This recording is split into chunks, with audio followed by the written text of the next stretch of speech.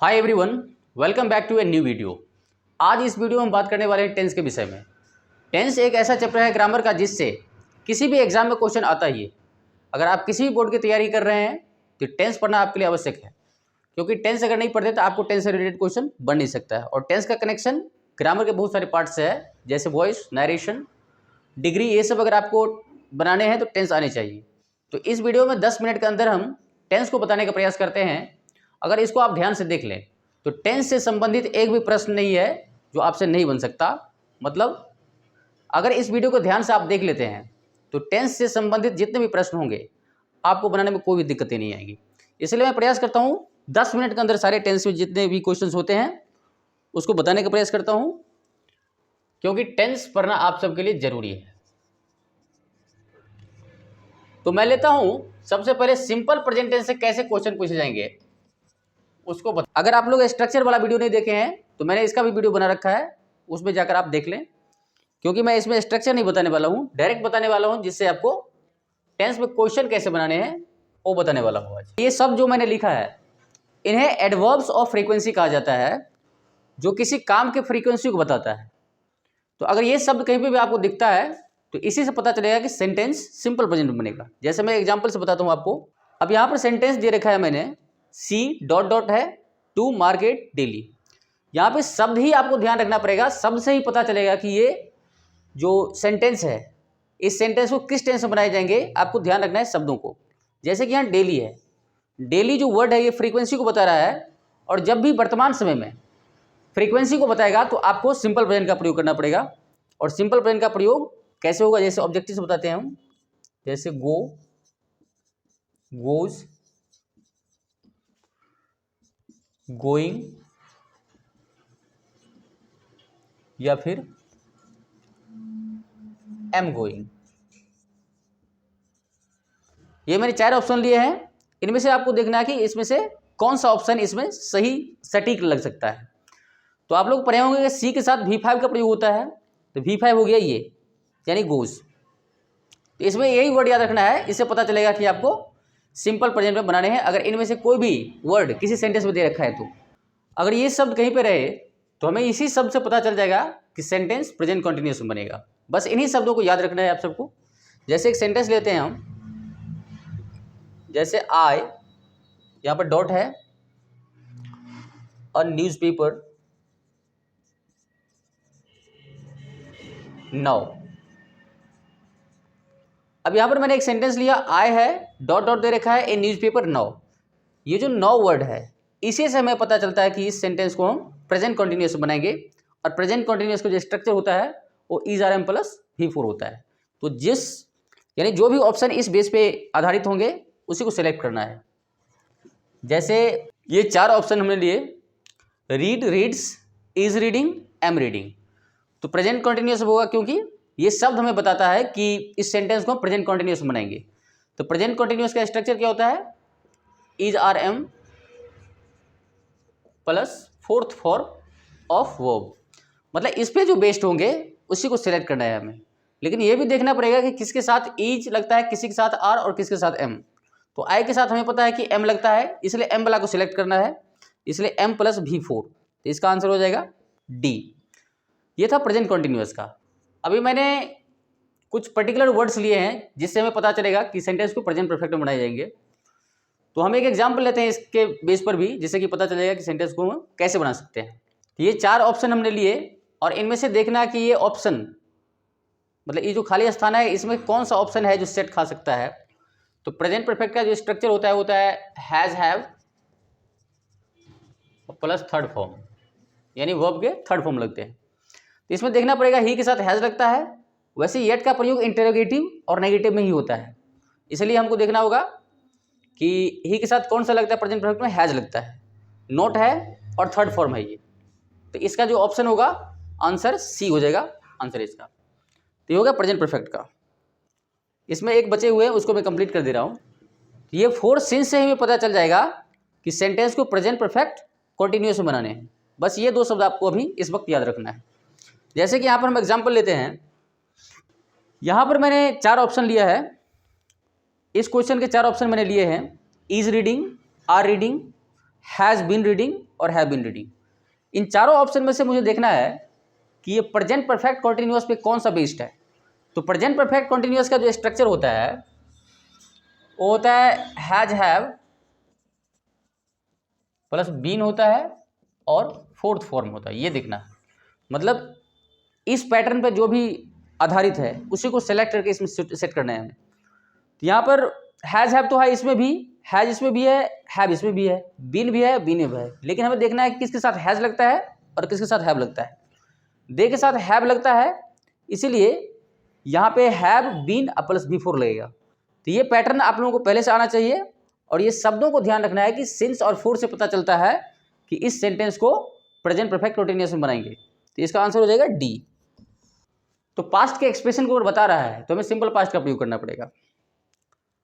जैसे कि हम एग्जाम्पल लेते हैं, एग्जाम्पल से समझते हैं। जैसे याद रखना है कि ago, yesterday, last night, last week, last year, last में कुछ भी लगा हो तो इससे हमें पता चलेगा कि सिंपल पास्ट में सेंटेंस को बनाए जाएंगे। जैसे ये चार ऑप्शन हमने लिए और इनमें से देखना है टू कौन सा है, क्योंकि इसमें वर्ब का सेकेंड फॉर्म फिल करने हैं। तो सेकेंड फॉर्म यहाँ पे वेंट है, तो ऐसे ही सेलेक्ट करना है। इन शब्दों को आपको ध्यान में रखना पड़ेगा और यही शब्द आपको बता देगा कि ये सेंटेंस किस टेंस में बनेगा। ये शब्द याद रखना है बस। मैंने उन्हीं शब्दों को अभी सेलेक्ट किया है जो बहुत ही ज़्यादा प्रोबेबिलिटी बताता है और जो आएंगे। यदि कोई फिक्शनल एक्शन को रेफर कर रहा है, जैसे इफ, एज इफ, एज दो या व्हाट इफ, अगर इन सब का प्रयोग हम फिक्शनल एक्शन के लिए कर रहे हैं तो इसके साथ भी सिंपल पास्ट का ही प्रयोग करते हैं। लेकिन ऐसा क्वेश्चन ये जो इफ वाला है या एज इफ वाला है या एज दो, इस प्रकार के क्वेश्चन पूछे गए हैं कई बार, इसलिए मैं इसका एक एग्जांपल बता देता हूँ। मतलब यहाँ पर क्या है कि हमें देखना है कि इफ का प्रयोग अगर सेंटेंस को फिक्शनल यानी इमेजिनरी एक्शन को बताने के लिए हो रहा है तो यहाँ पर हम V2 का प्रयोग करेंगे, सेकेंड फॉर्म आएगा। और अगर यहाँ से हमें अगर समझ में नहीं आ रहा है तो हमें यहाँ से पता चल जाएगा। अगर वुड लगा है ना, यदि इनमें से कोई भी सेंटेंस है, मतलब खास करके इफ की बात कर रहा हूँ मैं, तो अगर यहाँ पे वुड लगा है तो यहाँ पे V2 ही आएगा, यानी सब्जेक्ट के बाद वुड प्लस V1 है तो यहाँ पर वर्ब का सेकेंड फॉर्म का प्रयोग करेंगे, ये याद रखना है। लेकिन इसमें क्या है कि जो फिक्शनल अगर एक्शन को रेफर कर रहा है तो सिंगुलर सब्जेक्ट के साथ प्लूरल वर्ब लग जाता है। ध्यान रखना है कि अगर किसी सेंटेंस को फिक्शनली प्रयोग किया जा रहा है काल्पनिक तौर पे, तो हम वहाँ पर क्या करते हैं, सिंगुलर सब्जेक्ट के साथ प्लूरल वर्ब का प्रयोग करते हैं। मतलब V2 ये भी है और V2 ये भी है। लेकिन यहाँ पर बहुत सारे बच्चों को लगता है कि आई के साथ वॉज लगता है, यहीं पे गलती हो जाएगी। ये सबसे ज़्यादा महत्वपूर्ण है आप सबके लिए, ध्यान रखना है। आई के साथ यहाँ पर वर्ब का प्रयोग करेंगे हम, क्योंकि यहाँ पर इस सेंटेंस का प्रयोग फिक्शनली किया जा रहा है, काल्पनिक तौर पे किया जा रहा है। तो ये भी ध्यान रखना है आप सबको, अगर इनका प्रयोग किसी का हो रहा है इनमें से तो इसके साथ भी हम सेकेंड फॉर्म का ही प्रयोग करेंगे।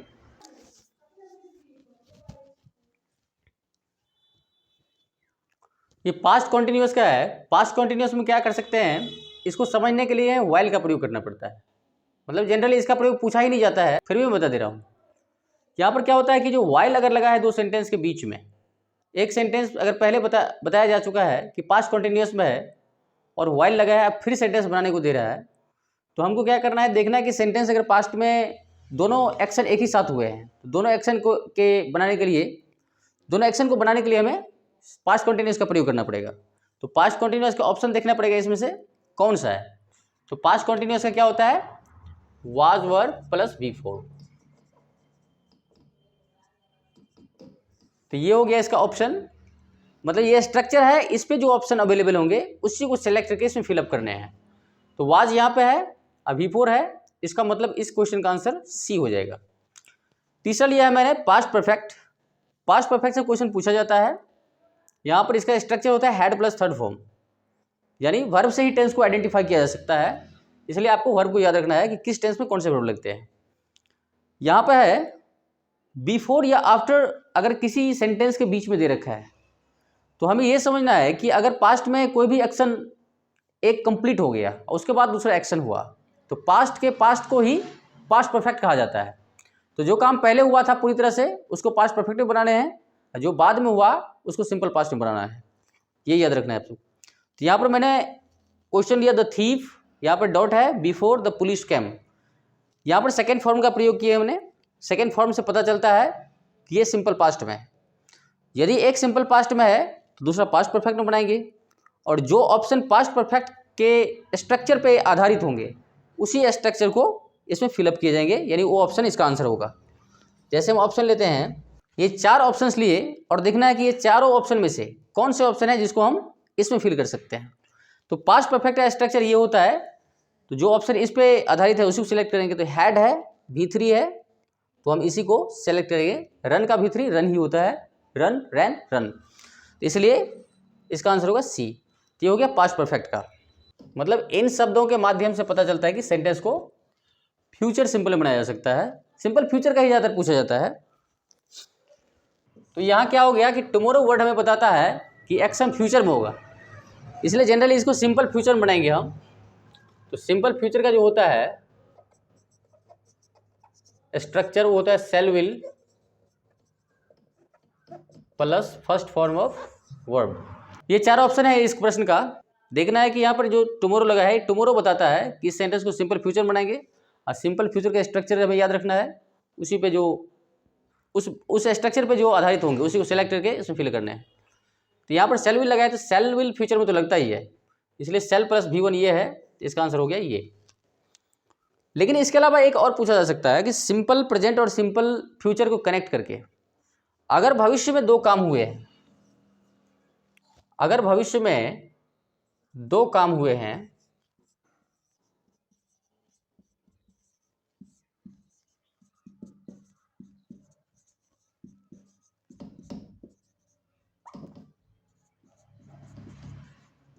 तो यहां पर क्या करते हैं, अगर भविष्य में 2 काम हुए हैं और दोनों कामों के बीच में कंडीशन का बोध हो रहा है, कंडीशन मतलब शर्त, अगर शर्त दर्शा रहा है सेंटेंस, तो हम क्या कर रहे हैं, जो कंडीशनल क्लॉज होगा, कंडीशनल क्लॉज को बनाएंगे हम सिंपल प्रेजेंट में।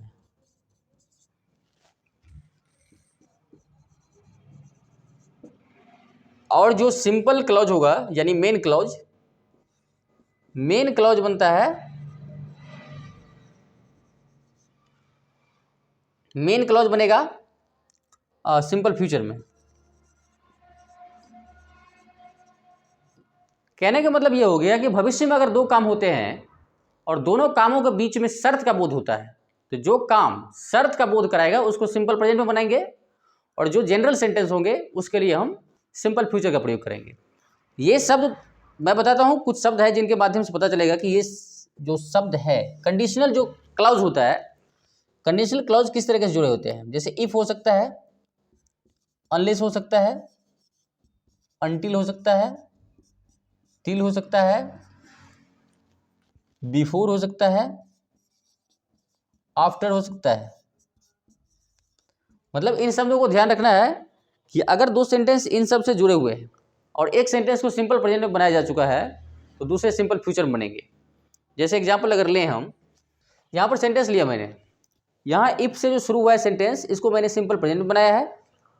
अगर एक सिंपल प्रेजेंट में बनाया जा चुका है तो दूसरा सिंपल फ्यूचर में बनेगा, क्योंकि ये कंडीशन को रेफर कर रहा है यहाँ। तो कंडीशनल क्लॉज और है, लेकिन मैंने उतने ही लिए हैं जिससे काम चल जाएगा आप सबको। यहाँ पर क्या है, ऑप्शन लेते हैं हम।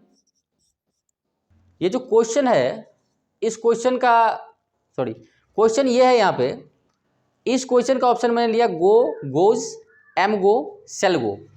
तो ये क्वेश्चन है, हमें देखना है कि ये जो प्रश्न है, ये प्रश्न का जो ऑप्शन दे रखा है मैंने, इन ऑप्शन में से कौन सा ऑप्शन इसमें सटीक बैठ सकता है। तो मैंने बताया आप लोगों को, अगर एक सिंपल प्रेजेंट में बना है कंडीशनल सेंटेंस, तो दूसरा बनाएंगे हम सिंपल फ्यूचर में, और सिंपल फ्यूचर के स्ट्रक्चर होते हैं सेल विल प्लस V1। तो हमें देखना है कि सेल विल प्लस V1 पे कौन सा ऑप्शन है। तो ऑप्शन यहाँ पर सेल विल लगा है, V1 यहाँ पे ये है, तो इसका आंसर होगा D। तो ये हो गया इस प्रश्न का आंसर, और ये काफ़ी है जो एग्जाम के लिए, इसे पढ़ने के बाद टेंस से रिलेटेड क्वेश्चन में बनाने में दिक्कतें नहीं आ सकती। ये मैंने टेंस के विषय में सारे बता दिए। ये मैंने उतने सेलेक्ट किए हैं जितने कि काफ़ी है आपको एग्जाम के लिए। अगर ये पढ़ लेते हैं तो आपको एग्जाम में दिक्कतें नहीं आएंगी और टेंस से रिलेटेड क्वेश्चन जितने भी आएंगे सारे के सारे बन जाएंगे। मैंने इसको इस तरीके से बता रखा है। तो मैं एक क्वेश्चन दे रहा हूँ, अगर आप इसको बना देते हैं तो मैं समझूंगा कि आप लोग सही से वीडियो देखें और समझ में आ गया आप सबको। जैसे आप लोगों को बताना है कि इसमें हम किस टेंस का प्रयोग करेंगे। ऑप्शन दे रहे हैं, आप सबको जवाब दीजिएगा कमेंट सेक्शन के माध्यम से। आप लोग बताइएगा कमेंट सेक्शन के माध्यम से कि ये चारों ऑप्शन में से कौन सा ऑप्शन है जो इसमें सटीक बैठ सकता है। टेंस अगर आप ध्यान से पढ़े हैं तो बन जाएगा ये क्वेश्चन, और उम्मीद करता हूँ आप लोग अच्छी तरह से देखें तो सारे के सारे समझ में आएंगे। Thank you very much for the time being, and I'll just come with another fascinating video next time.